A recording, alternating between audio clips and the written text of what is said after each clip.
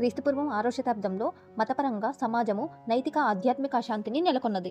ప్రాచీన మత ధర్మాలలో కర్మకాండ క్రతుల భారంతో జనం విసిగిపోయారు. మత సంస్కృతి యొక్క మృతభారము, అసమానతలు, సామాజిక స్తబ్దత, అధర్మం, బలులు, కుల వ్యవస్థలతో సమాజం కుళ్ళిపోయింది.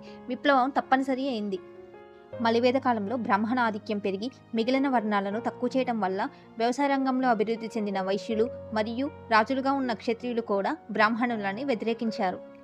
సమాజంలో అట్టడుగు వర్ణం వారు అభివృద్ధి అవ్వాలి అంటే కొత్త మతాలు ఆవిర్భవించాలని కొంతమంది సంఘ సంస్కర్తలు ఆధ్యాత్మీకరణం అనే నూతన విప్లవాన్ని తీసుకొచ్చారు.